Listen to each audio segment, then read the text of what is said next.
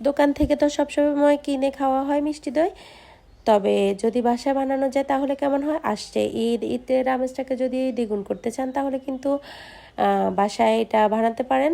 আর এটা বানাতে কিন্তু খুবই ঝামেলা কম, একেবারে সহজ কিছু উপকরণে হাতের কাছে থাকা, আর মাত্র 10 মিনিট এটা বানানো যায়।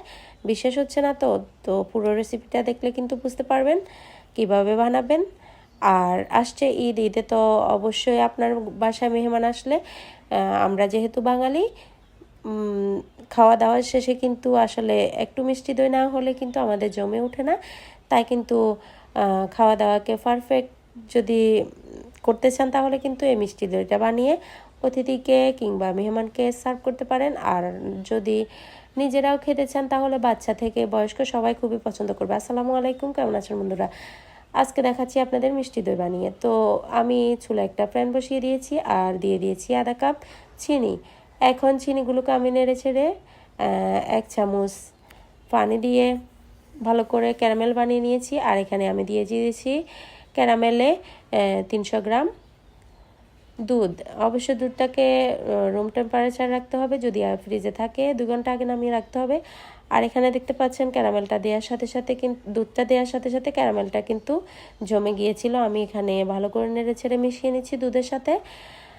আর এখন মিশিয়ে নেওয়া হয়ে গেছে। এখন আমি দিয়ে দেব 2 চামচ কনডেন্স মিল্ক। আপনারা চাইলে এখানে পাউডার মিল্কও ব্যবহার করতে পারেন। তো এ পর্যায়ে একটা কথা বলে রাখি, যদি আমার চ্যানেলে নতুন হয়ে থাকেন অবশ্যই আমার চ্যানেলটা প্লিজ সাবস্ক্রাইব করে দিবেন। আর যদি আমার রেসিপি ভালো লাগে লাইক করবেন, কমেন্টে অবশ্যই জানাবেন, আপনার বন্ধুদের সাথে পরিবারের সাথে শেয়ার করবেন। আর বাসা তো এই ঈদে অবশ্যই ট্রাই করবেন। ইনশাল্লাহ মেহমান বাসার সবাই কিন্তু আপনার প্রশংসায় মুগ্ধ হয়ে যাবে। এই তো আমি দিয়ে দিয়েছি সবগুলো কনডেন্স মিল্ক। এখন ভালো করে মিশিয়ে নিচ্ছি আর কিছুক্ষণ সময় নিয়ে এটাকে ঝাল করে অর্ধেক করে নেব। তো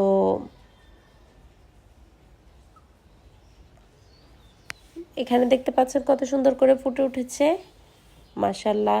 এখন কিন্তু প্রায় নেড়ে ছেড়ে আমি অর্ধেক করে নিয়েছি আর এটাকে রেখে দিয়েছি কিছুক্ষণ ঠান্ডা হওয়ার জন্য, যাতে যতক্ষণ না আঙ্গুল একটা ভিজিয়ে রাখা যায় ততক্ষণ। আর এখানে আমি নিয়ে নিয়েছি একটা দোকান থেকে মিষ্টি দই। আর এখান থেকে আমি দিয়ে দিয়েছি 1 চামচ পরিমাণ মিষ্টি দই। তো এখন আমি ভালো করে মিশিয়ে নিচ্ছি একটা স্পেশাল হ্যান্ড উইক্সের সাহায্যে। আর আমি নিয়েছি মধুমেলার স্পেশাল দইটা। আপনারা চাইলে যে কোনো দই কিংবা ঘরে আগের থেকে বানানো কিংবা এখন যে বানাচ্ছেন এটা কিছুটা রেখে দিয়ে পরবর্তীতে আবার বানিয়ে নিতে পারবেন।